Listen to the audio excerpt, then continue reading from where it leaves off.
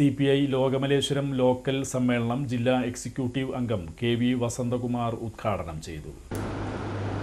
ഈ മാസത്തോടുകൂടി party local സമ്മേളനങ്ങൾ കേരളത്തിൽ സമാപിക്കും.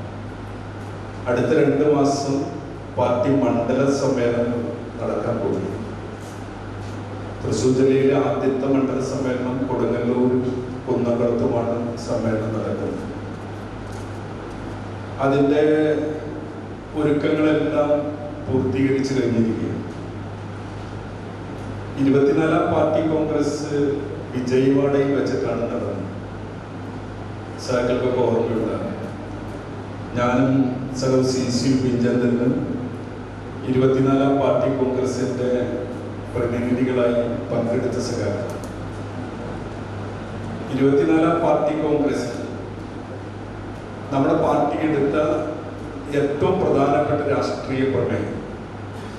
ഇന്ന് രാജ്യത്ത് എല്ലാ രാഷ്ട്രീയ പാർട്ടികളും ചർച്ച ചെയ്യപ്പെടുന്ന ഏറ്റവും പ്രധാനപ്പെട്ട രാഷ്ട്രീയ വിഷയമാണ് നമ്മുടെ രാജ്യം ഭരിച്ചുകൊണ്ടിരിക്കുന്ന സംഘപരിവാറിന്റെ നേതൃത്വത്തിലുള്ള ഫാസിസ്റ്റ് ഗവൺമെന്റിനെ പുറത്താക്കുന്നതിന് വേണ്ടി ഇന്ത്യയിലെ ഇടതുപക്ഷ മതേതര ജനാധിപത്യ പാർട്ടികളുടെ വിശാലമായ ഒരു കൂട്ടായ്മ സഖ്യം രൂപീകരിക്കണമെന്നുള്ളത്.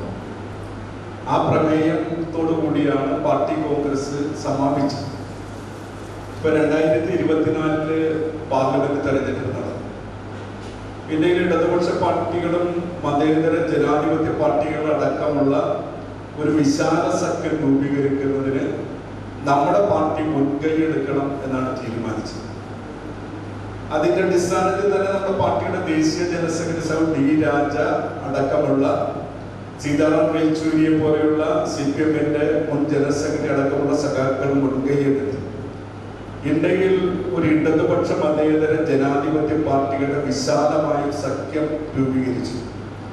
ആ സഖ്യത്തിന്റെ അടിസ്ഥാനത്തിലാണ് 2024 പാർലമെന്റ് തെരഞ്ഞെടുപ്പിനെ നമ്മൾ നേരിട്ടത്.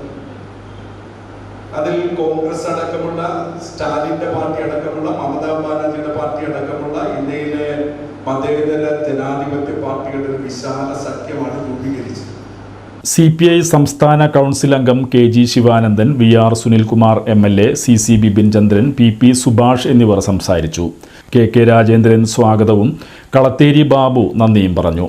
അറക്കത്താഴം പാടശേഖരത്തിലെ വെള്ളക്കെട്ട് അടിയന്തര നടപടികളിലൂടെ പരിഹരിച്ച് പാടശേഖരത്തെ കൃഷിയോഗ്യമാക്കണമെന്നും CI ജംഗ്ഷനിൽ വെഹിക്കുലർ അണ്ടർപാസ് അല്ലെങ്കിൽ ലോവർ വെഹിക്കുലർ അണ്ടർപാസ് അനുവദിക്കണമെന്നും സമ്മേളനം പ്രമേയത്തിലൂടെ ആവശ്യപ്പെട്ടു.